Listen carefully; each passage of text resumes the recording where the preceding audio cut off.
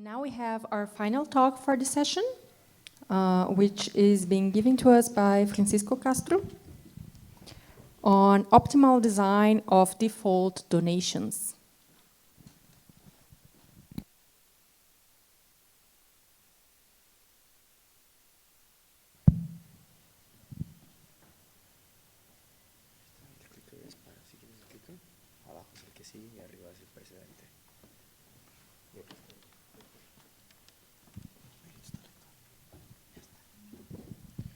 All right. Hello, everybody. Thank you for staying until the last talk of the day.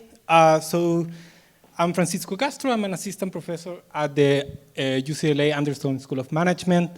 And today I'm going to talk about optimal design of default donations. This is joint work with my co-author, Scott Rodelis, who is also at UCLA.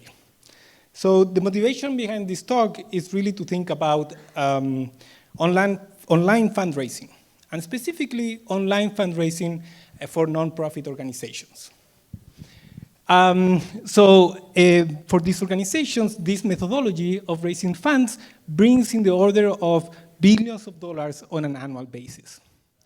And one of the main tools that they use to raise funds are default menus. So in this slide here, I'm showing you 3 nonprofit organizations in the same sector, 3 museums. And what we can see here is that, so I have here the LACMA, Los Angeles County Museum of Art, DMA, Dallas Museum of Art, and the Metropolitan Museum in New York City. So for example, when you go to the Met's website, you will see a menu like this. In this case, it's showing you 7 options, okay? And it also has an other box that you can click and you can enter your preferred donation amount. Okay, so when you go to the website, you will go ahead, select one amount, or enter your preferred donation amount. By the way, throughout the talk, I'm gonna refer to these values here as items, amounts, or defaults. Now, what is interesting for me is that, as I said before, these are very similar nonprofit organizations, same sector, the 3 of them are museums, yet they're displaying very different amounts. Okay, so the menus have different amounts, and the values are very different as well. Now, if you go online and you look at more museums, you will see that this picture repeats, okay? Different amounts, different sizes of menus. All right, so given that online fundraising brings so much money for nonprofit organizations, that these menus are one of the main tools that they use to raise funds, but however, there is some inconsistency in how these organizations use these menus. In this talk, or in this work, we want to think about these questions here. So first, I want to think about whether these menus are effective in shaping donors' behavior. And what I mean by this really is, if I were to change the menu, would that change the behavior of the donor in a way that benefits the nonprofit organization? Second, and with the last point in mind, I would like to design optimal menus in a way that is efficient, systematic, and hopefully implementable. And finally, I also would like to get a sense of what kind of donor information is important in designing these menus. Can I personalize the menus in such a way? Can I tailor the menus for particular donors so that the nonprofit can raise more funds?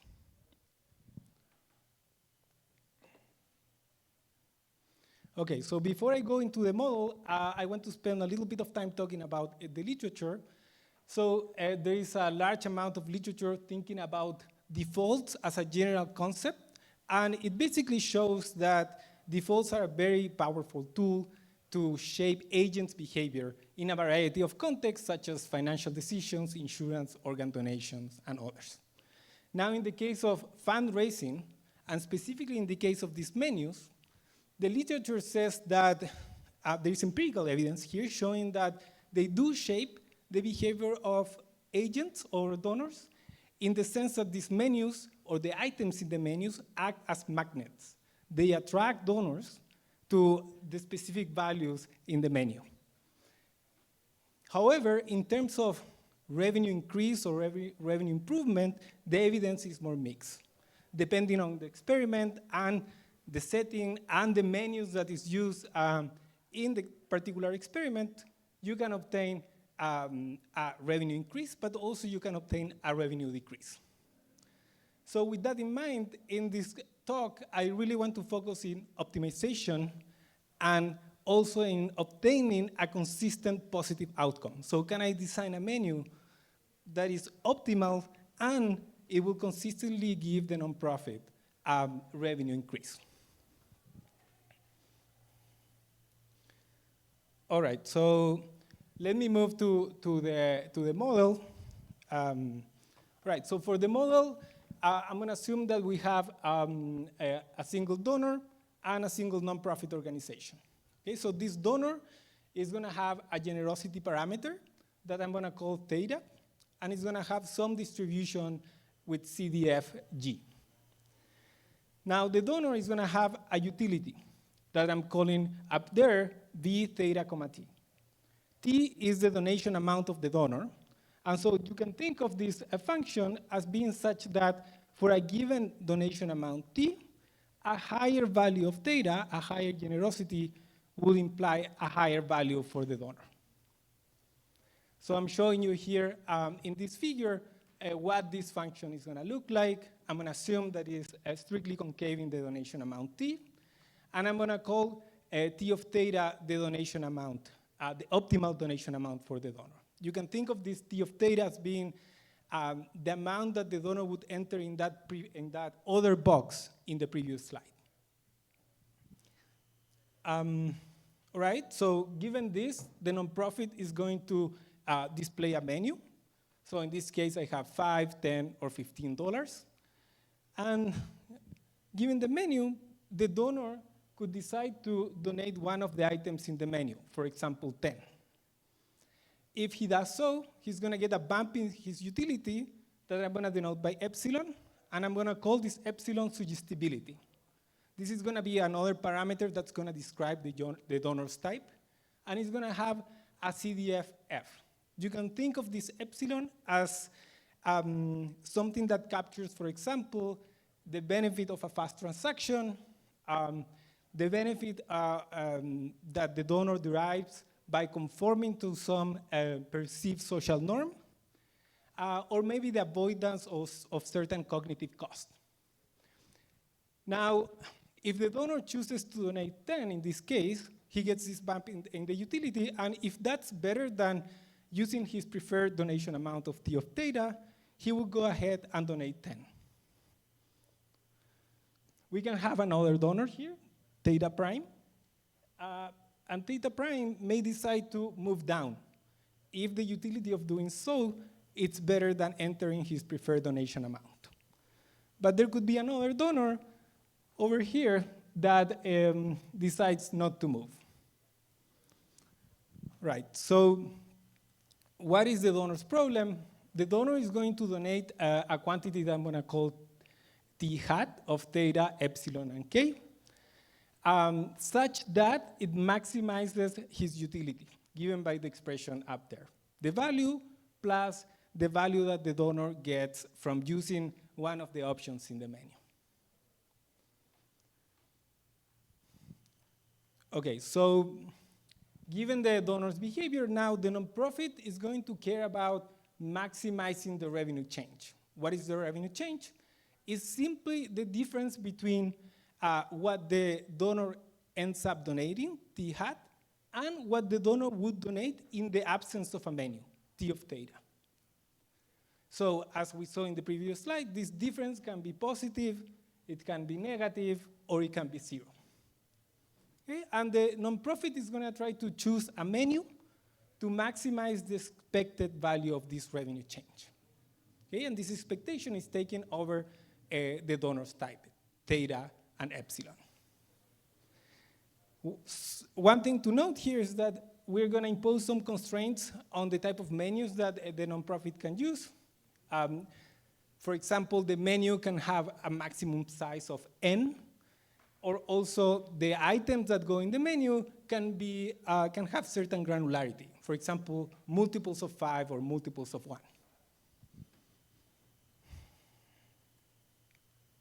Okay, so with the model in mind, I'm going to start talking about the optimization part of this problem. And so one thing to note is that this is a set optimization problem, and as such, it's a complicated problem, right? So there are combinatorially many options for the nonprofit in terms of menus. And so it's a difficult problem to solve potentially. And one approach that people have thought about when you have a set optimization problem is to use a greedy approach, in which what you do is you solve for the optimal single item menu, and then once you have that, you add the next best item to the menu, and then the next one, and the next one, and so on and so forth. Okay, so what we show first is that such a greedy approach is going to fail in this context. Now,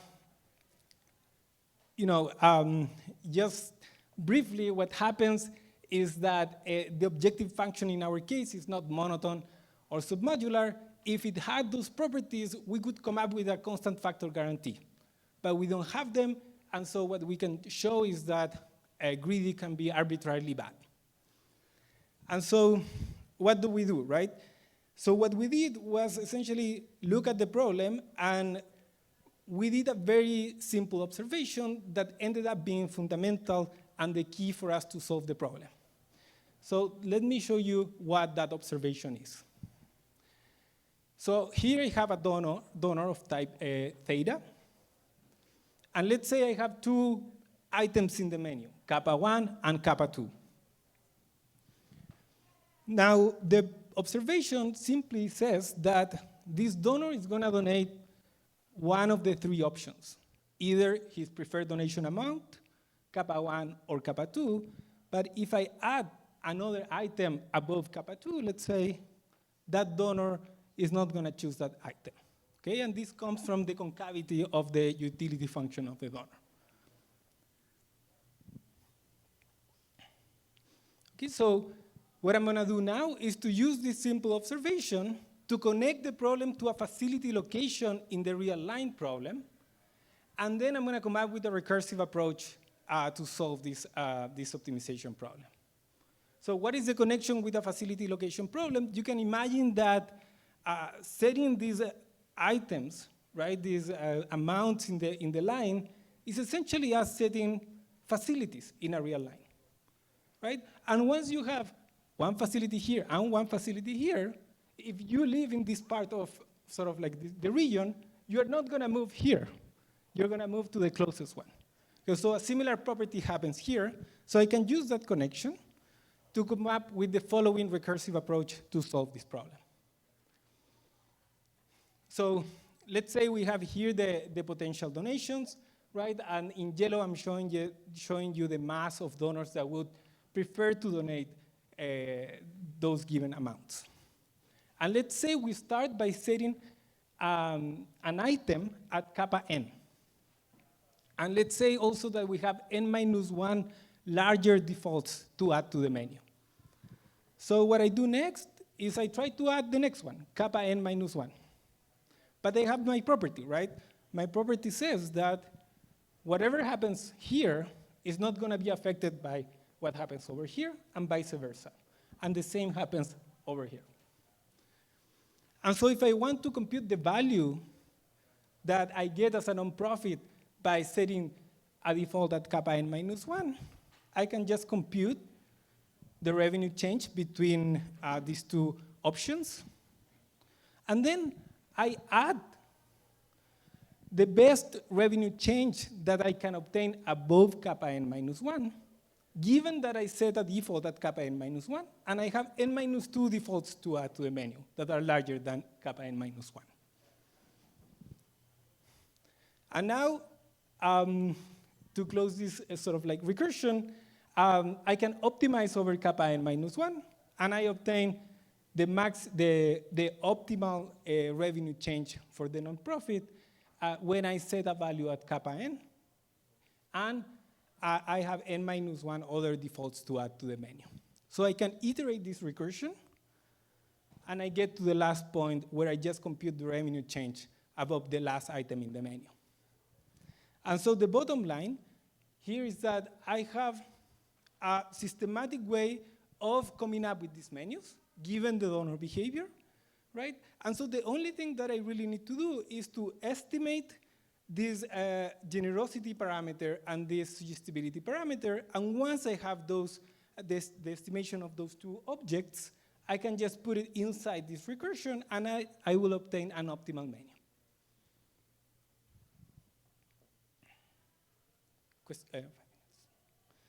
All right, so I have some numerical results that I want to show you, but before I go there, I want to quickly talk about the value of personalization, and really here the idea is to get a sense of what are the characteristics of the donors in this model that drive the revenue gains for the nonprofit. So I'm gonna look at three settings. The first one is the best case full information benchmark, where we know the generosity and the suggestibility of the donor. Then I'm gonna reduce the amount of information that we have. In the partial information setting, I'm gonna look at the case where the nonprofit only knows the donor's generosity, but it doesn't know the suggestibility. And then the final case, no information, is essentially the base case that I've been talking about so far. So, okay, the full information case, this is a very simple case. I know theta and I know epsilon. Okay, so if I know these two parameters, what I'm gonna do as a nonprofit is to set the largest possible default that the donor is willing to donate. And if I do that, then the gains are gonna be given by this difference that I'm gonna call RC full information of theta comma epsilon. And I can characterize this quantity, and I obtain an expression when epsilon is small that makes a lot of sense. It basically says that if the suggestibility is large, then the revenue change for the nonprofit is gonna increase. And when the utility of the donor is flat, then that's also better for the nonprofit. Okay, so I'm gonna use this simple result as a benchmark. I'm gonna use the expectation of this as a benchmark for the cases when I have less information. So the first case with less information is the partial information case, in which I know the generosity, but I don't know epsilon. And so what I'm gonna try to argue is that this case is equivalent to a posted price problem.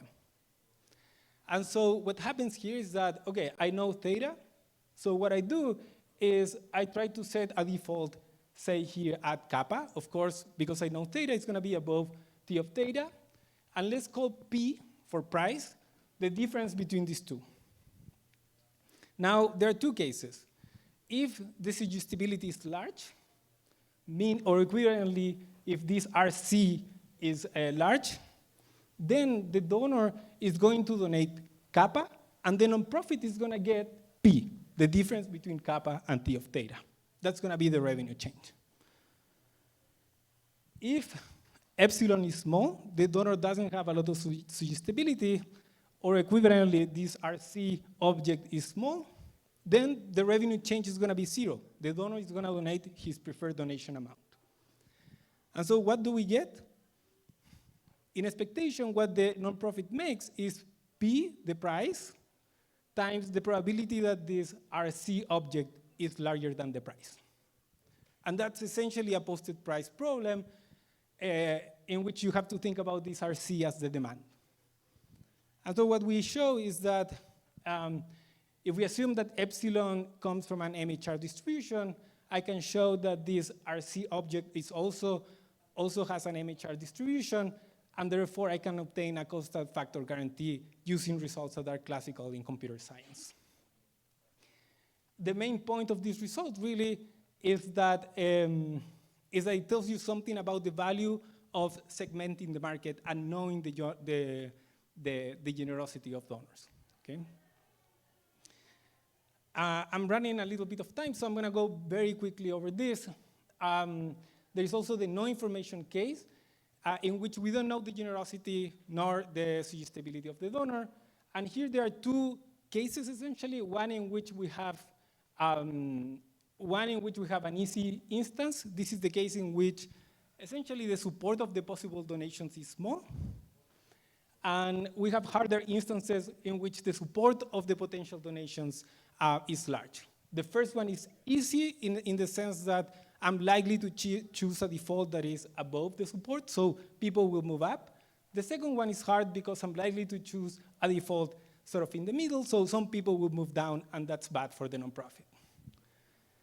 And what we can show is that really the performance here for the nonprofit is going to depend on the size of the support. And what happens is that if the size of the support is small, if I'm in an easy instance, then I can almost recover the result from the previous slide, so I can obtain a constant factor guarantee. If the size of the support is large, then the problem is harder, and the performance of the revenue change for the nonprofit diminishes with the size of the support. However, here it's very important that the nonprofit makes sure to use a larger menu. Limiting the size of the menu would lead to a very bad performance. Okay, so I'm out of time. So here, just before I conclude, I want to say that we also ran some simulations in the paper using experimental data from another paper. So we feed our model, we solve for the optimal menus, and we can see from the results that there are potentially substantial gains in using this approach. In the paper, we also talk about extensions of different type of donor behavior, so I invite you to read the paper, and I'll be happy to chat more about this offline. Thank you.